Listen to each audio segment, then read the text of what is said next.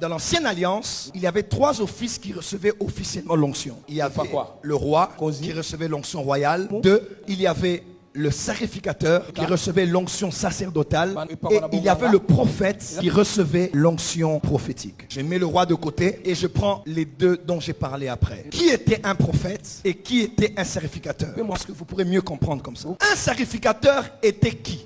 Un sacrificateur était un homme qui faisait partie du peuple. Il vivait parmi les Juifs. Seulement, il était tiré d'une tribu spécifique, de la tribu de Lévi. Au-delà de cela, il devait sortir de la tribu de Lévi, mais de la famille d'Aaron. Lui, il était sacrificateur. Et en tirant au sort, il y avait celui qu'on appelait le Père, le souverain sacrificateur. Et le sacrificateur faisait partie d'Israël, de la tribu de Lévi, de la famille d'Aaron. Et lui, il était tiré du peuple. Il vivait avec le peuple. Il vivait avec la population. Et le jour de son office, précisément le jour de Yom Kippour, le jour du grand pardon, une fois l'année, il entrait dans le lieu très saint. Il habitait avec le peuple. Il sortait de la présence du peuple. Il entrait dans le parvis, dans le lieu saint et dans le lieu très saint pour aller devant Dieu au nom de tout le peuple. Il était un homme du peuple, mais qui devenait l'échantillon du peuple. Il entrait dans la présence de Dieu au nom du peuple pour plaider pour le pardon de ses péchés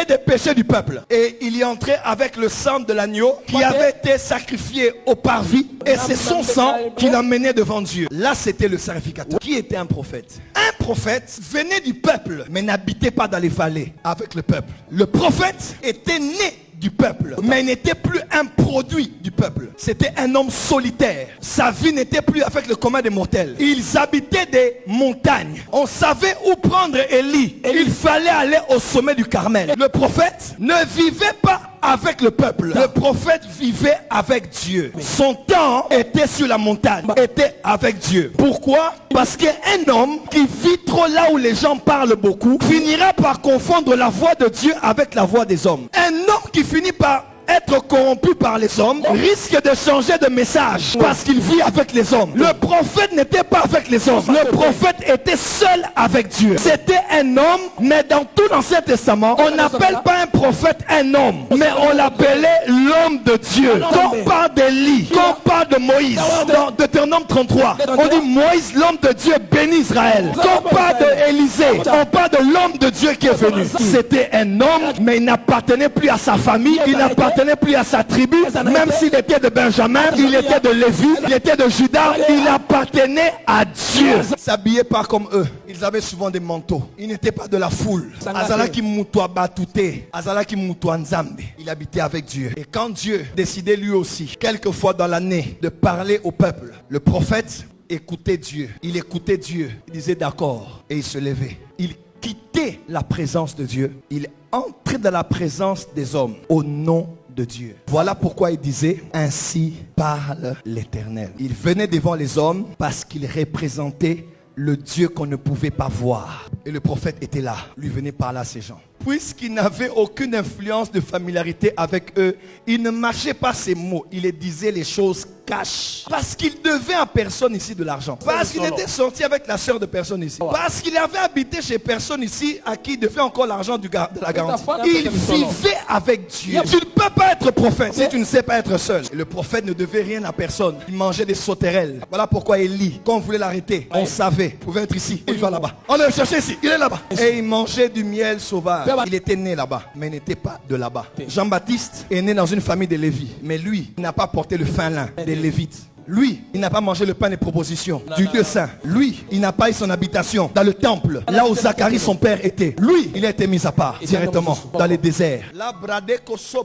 Et le prophète était ici. Voilà pourquoi il était incorruptible. Ma prière, toi, prophète qui est ici, que Dieu te donne l'argent ici, afin que l'argent de personne ne te corrompe. Et le prophète qui quittait la présence de Dieu et entrait dans la présence des hommes au nom de Dieu. Et il parlait. Il parle à chacun de la parole de Dieu. C'est la différence entre un sacrificateur et un prophète. Un prophète était un envoyé de Dieu. Un sacrificateur était un envoyé des hommes. Un prophète était un représentant de Dieu. Un sacrificateur était un représentant des hommes. Un prophète emmenait le cœur du peuple de Dieu. Un sacrificateur emmenait le cœur du peuple. Un prophète portait la voix de Dieu. Un sacrificateur portait la voix du peuple. Un prophète emmenait la sainteté de Dieu. Un sacrificateur emmenait la nature pécheresse du peuple qui avait besoin de la miséricorde de Dieu. Un prophète venait avec autorité. Un sacrificateur avait une corde au pied. Il venait en tremblant devant le Dieu saint. Un sacrificateur était un homme des hommes, mais un prophète était un homme de Dieu. Un sacrificateur vivait dans la vallée. Il quittait le bas pour aller vers Dieu.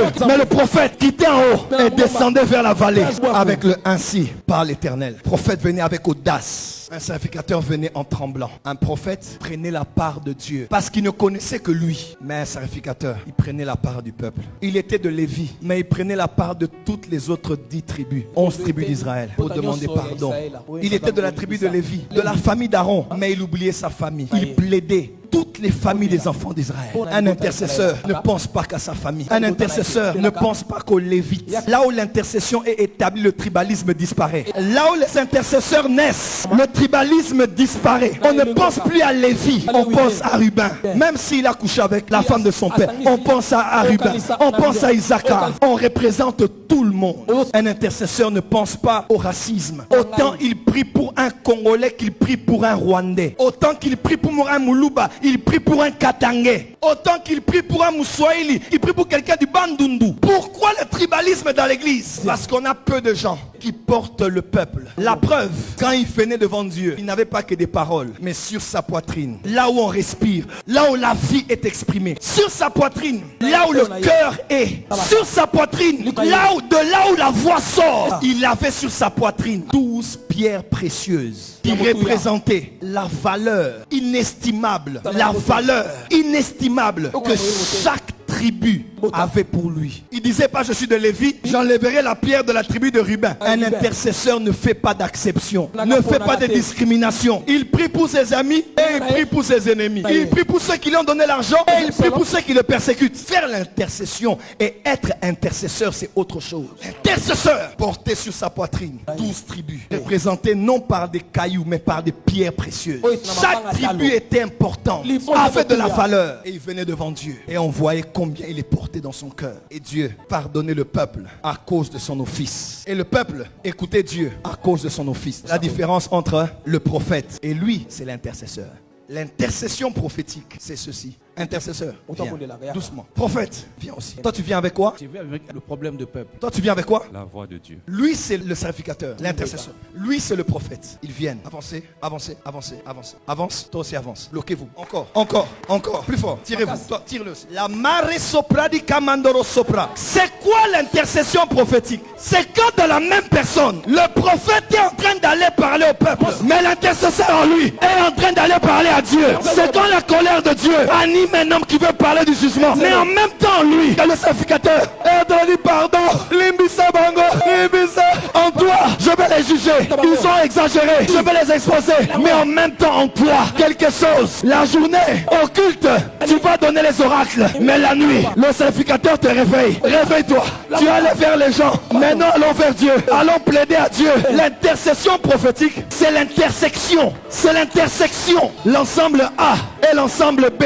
C'est quoi l'intersection? C'est quand l'ensemble A entre dans l'ensemble B et l'ensemble B entre dans l'ensemble A. Chacun est différent, mais à quelque part qui les unit, qui les rassemble. L'intercession prophétique, c'est quand l'homme qui prie et l'homme qui reçoit la révélation deviennent la même personne. L'intercession prophétique, c'est quand l'homme qui intercède est la même personne qui devient l'homme qui prophétise. L'intercession, c'est quand la même personne a les yeux ouverts pour voir le péché, mais a aussi les yeux ouverts pour voir la vision du Très-Haut. L'intercession prophétique, c'est quoi? C'est quand le prophète devient intercesseur et l'intercesseur devient le prophète.